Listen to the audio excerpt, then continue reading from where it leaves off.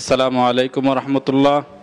ইসলামী আন্দোলন বাংলাদেশ দৌলতপুর থানা শাখা কর্তৃক আয়োজিত আগামী 13ই সেপ্টেম্বর রোজ শুক্রবার দৌলতপুর শহীদ মিনার চত্বরে বিশাল গণজমায়েত অনুষ্ঠিত হবে ইনশাআল্লাহ।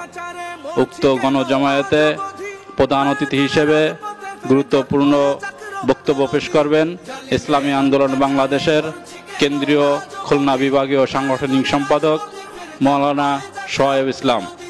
উক্ত সমাবেশে সভাপতিত্ব করবেন ইসলামী আন্দোলন বাংলাদেশ দৌলতপুর থানা শাখার সংগ্রামী সভাপতি আলহাজ মোহাম্মদ সরোয়ার হোসেন বন্দ।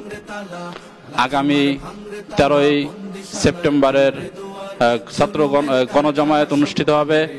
এই দ্বিতীয় স্বাধীনতা পরের প্রথম গণজমায়েত